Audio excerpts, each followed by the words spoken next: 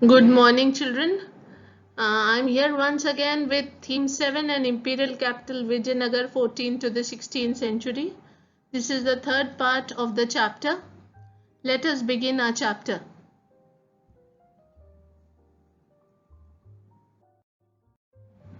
Water resources. Vijayanagar was located in the natural basin formed by the river Tungabhadra, which flows in the northeasterly direction. Large granite hills formed a girdle around the city. A number of streams flowed from these rocky outcrops to the river. Embankments were built along these streams to create reservoirs of different sizes. Embankments were dams. Since Vijayanagar was one of the most arid zones of the peninsula, that is, dry zone of the peninsula, elaborate arrangements were made to store rainwater to be used in the city. Kamalapuram tank is the most important tank built in the early years of the 15th century. A question frequently asked. Water from this tank was used not only to irrigate the fields but also to channel water into the royal center. That is, from here, water went to the royal center. Royal center was the place where king lived along with his family. The Hiria Canal was one of the most prominent waterworks. This canal drew water from a dam built across the Tungabhadra and irrigated the cultivated fields that separated the sacred center from the urban core. Urban core was the place where ordinary people were living, and sacred center was the place where temples were there and where the king and his family used to live. This canal was built by kings of the Sangam dynasty, one of the earlier dynasty of Vijayanagar.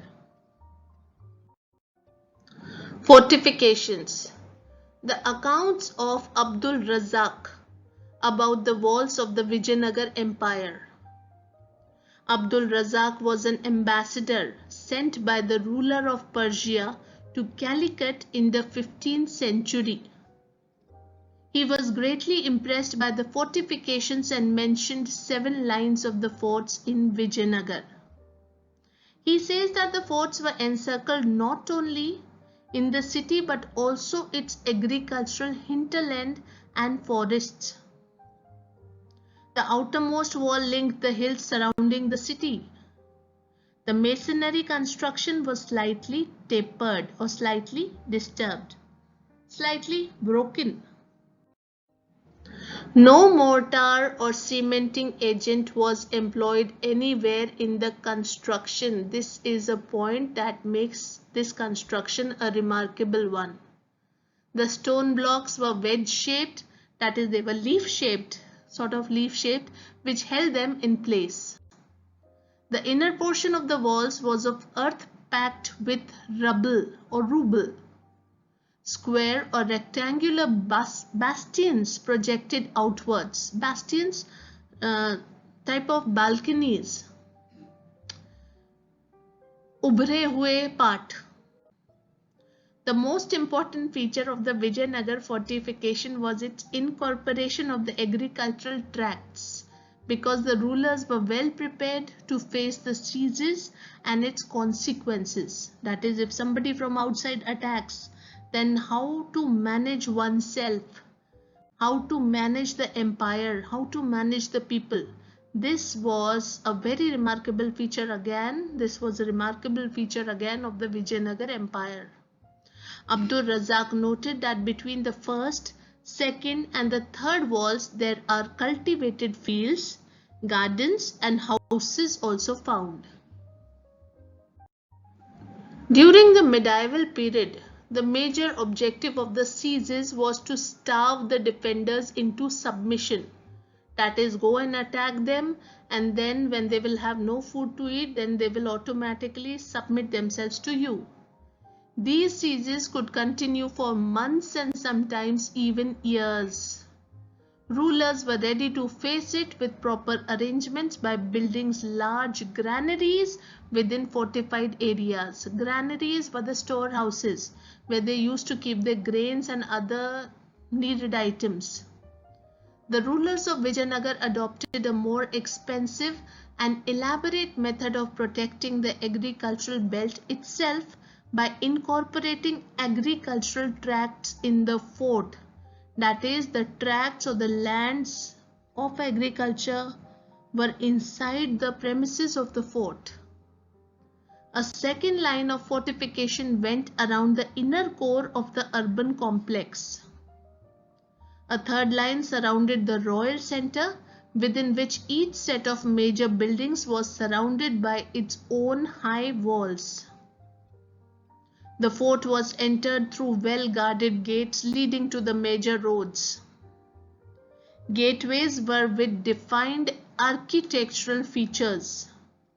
The arc on the gateway leading into the fortified settlement, as well as the dome over the gate, is regarded as typical features of the architecture introduced by the Turkish sultans. Urban core. Archaeologists have studied roads within the city and those leading out from it. These have been identified by tracing paths through gateways and finds of pavements.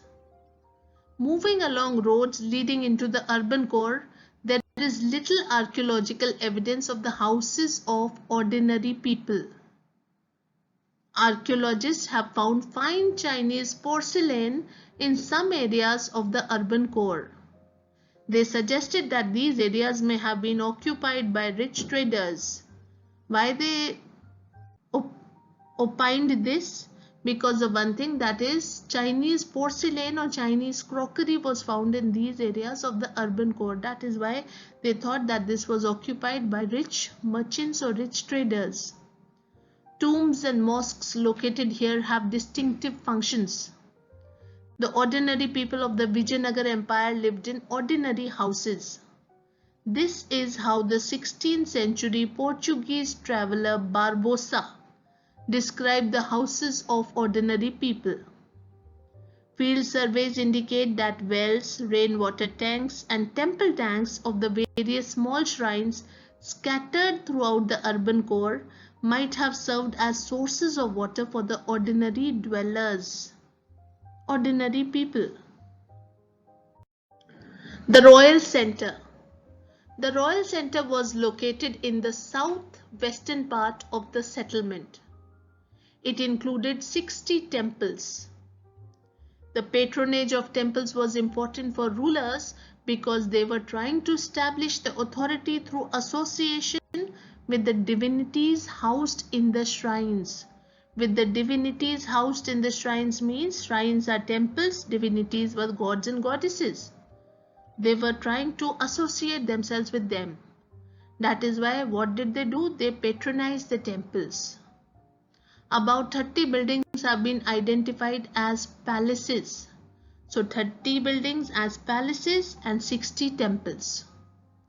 The difference between temples and secular buildings was that temples were constructed entirely of masonry way, whereas materials used in the secular buildings were perishable.